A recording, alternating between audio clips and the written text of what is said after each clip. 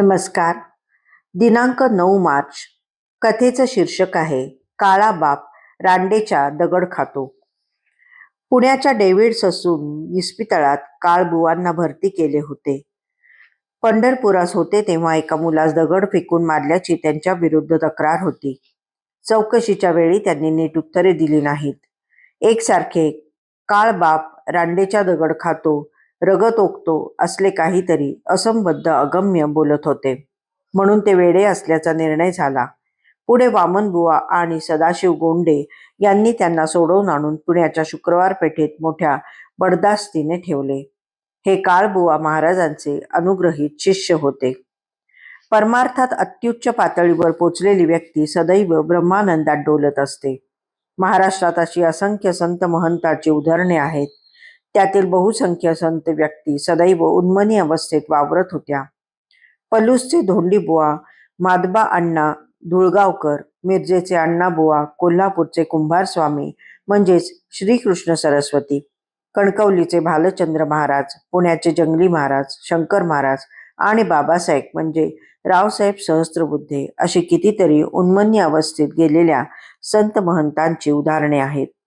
त्यापैकीच हे काळबुवा. वाचासिद्धी होती म्हणून लोकांची उपाधी मागे लागली.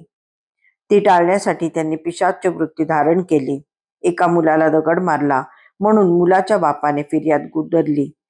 चौकशीचे वेळी बुवा एकसारखे काळ बाप आहे सर्वांचा, रांडेच्या दगड खातो, रगत ओकतो असे बोलू लागले. याचा अर्थ कोणालाच कळत नव्हता. म्हणून बुवांनाच वेडे ठरवण्यात आले आणि इस्पितळात डांबण्यात आले. बुवांच्या मागची लोकांची उपाधी सुटली. त्यांना मनोमन बरे वाटले. संतांची ही उन्मनी अवस्था लौकिक जीवनाच्या चौकटीत बसणारी नसते, परंतु या नश्वर जगातील एक कठोर सत्यच काळबुवांनी वरवर असंबद्ध वाटणाऱ्या शब्दातून व्यक्त केले आहे.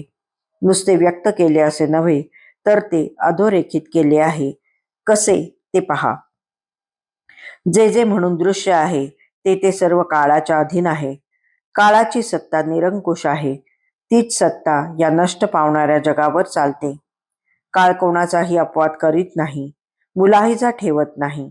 अगदी काळातीत असणारा परमेश्वर देखील मानव रूपाने या जगात आला तरी तोही एका विशिष्ट कालमर्यादेच्या अधीनच राहतो. राम कृष्ण यांनाही देह ठेवावेच लागले. त्यांचाही काळाने अपवाद केला नाही. तेथे इतरांचा काय पाड लागणार. या अर्थाचे काळ सर्वांचाच बाप आहे. जन्मास आलेल्यांची अखेर मातीच होते. मग त्याला जाळा अथवा पुरा, शेवटी मातीच. हडाप्पा मोहनजोदडो सारख्या कितीतरी संस्कृती काळाच्या पोटात गडप झाल्या.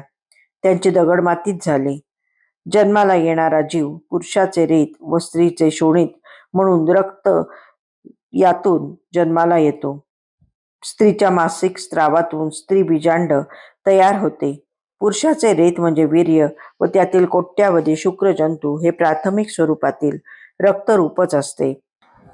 म्हणजे काळच ते रक्त ओकून फलत घडवीत असतो आणि ते सत्यच काळबुवा ओरडून सांगत होते.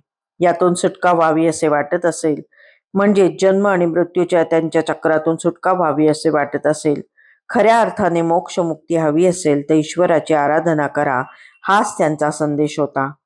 मोक्ष प्राप्तीसाठी ईश्वराची आराधना करावी. नुसती आराधना करावी असे नव्हे, तर ईश्वराशी विलीन होऊन आराधना करावी, तरच मोक्ष प्राप्त होतो. धन्यवाद.